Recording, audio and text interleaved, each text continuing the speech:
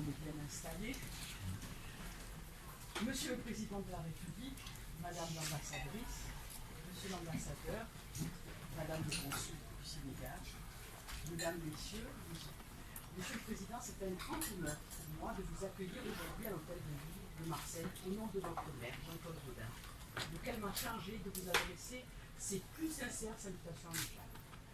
La proximité géographique de Marseille avec l'Afrique et l'histoire ont fait de notre cité en tout temps une interlocutrice singulière du continent africain.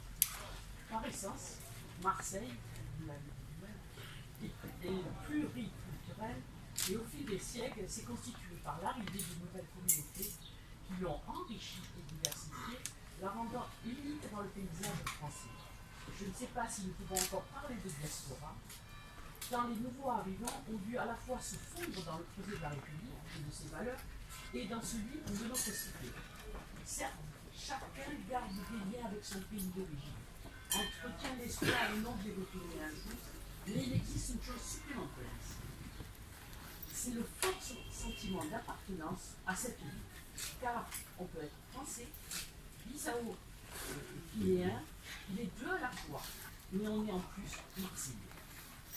C'est une caractéristique assez rare pour une grande métropole européenne. Sans doute trouve-t-elle ses origines dans le caractère rebelle des gens du Sud. La diversité fait et notre originalité et notre force. Et je voulais juste dire que l'exemple vivant, c'est M. Roland Carvalho qui a travaillé de longues années ici à la ville de Marseille et qui illustre donc les photos. Et je tiens à le remercier parce que pour sa motivation, sa mobilisation, pour entretenir des liens aussi forts entre votre communauté et Marseille, bien sûr, et la France. Merci donc, Roland, pour tout ce que tu fais. Pour ce qui concerne l'Afrique subsaharienne, notre ville entretient des liens officiels avec Dakar et Abidjan. Ces relations sont anciennes et trouvent leurs racines dans des échanges portuaires. C'est toujours d'actualité car sous l'effet de la mondialisation, les échanges commerciaux ont explosé et le rôle des ports ne va pas s'en trouver diminué en cours de route. L'action extérieure des collectivités françaises en faveur de leur homologue de Guinée-Bissau est plutôt faible. Cela ne signifie pas que l'action de la France l'est. En effet, notamment dans les secteurs de l'éducation, de la santé, notre pays contribue à soutenir le vôtre, que ce soit par le canal du bilatéralisme ou bien celui du multilatéralisme. Le 11e Fonds européen de développement, la FED, prévoit une allocation à votre pays de 128 millions d'euros sur la période de 2014 à 2020, avec pour secteur de concentration la consolidation de la gouvernance démocratique, on parle de 55 millions, le développement rural durable, je suis adjointe du développement durable à la ville de Marseille, donc je vous dis, je suis très sensible, 34 millions d'euros, et la santé bien sûr pour 23 millions d'euros. Comme vous le savez, notre pays abonde à près de 20% à la peine. Au fait, c'est masculin, le fait. L'essor des jumelages entre villes est plus timide aujourd'hui qu'avant, car l'État demande à nos communes de faire des économies. L'emploi et la croissance sont prioritaires. L'action extérieure que les villes ont usée par le passé dans des domaines aussi variés que l'éducation, l'eau et l'assainissement, ou la culture, est aujourd'hui restreinte.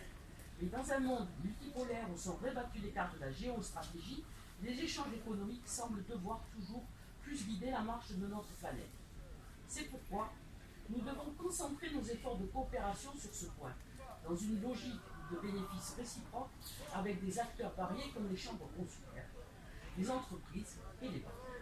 Bien sûr, l'atteinte des objectifs de développement durable reste une priorité dans votre pays.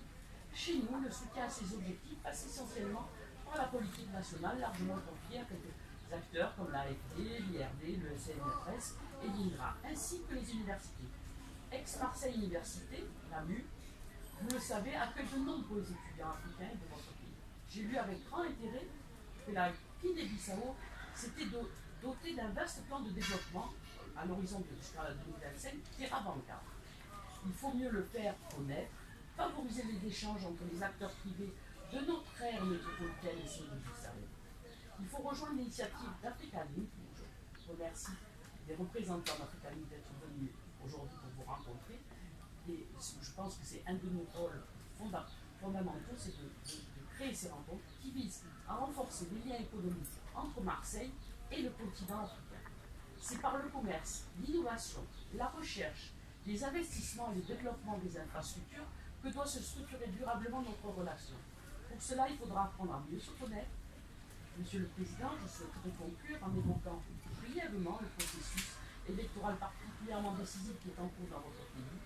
Le principe de neutralité, vous savez bien, des collectivités territoriales françaises en matière de relations internationales nous oblige au regard de la loi, et c'est une bonne chose d'ailleurs, à ne pas interagir à contre-courant de la position de l'État. C'est pourquoi, au nom de Monsieur le maire de Marseille, Jean-Claude Gaudin, permettez-moi tout simplement de vous délivrer à vous-même et à vos équipes un message d'encouragement ainsi qu'un message d'amitié envers votre peuple. Je vous remercie.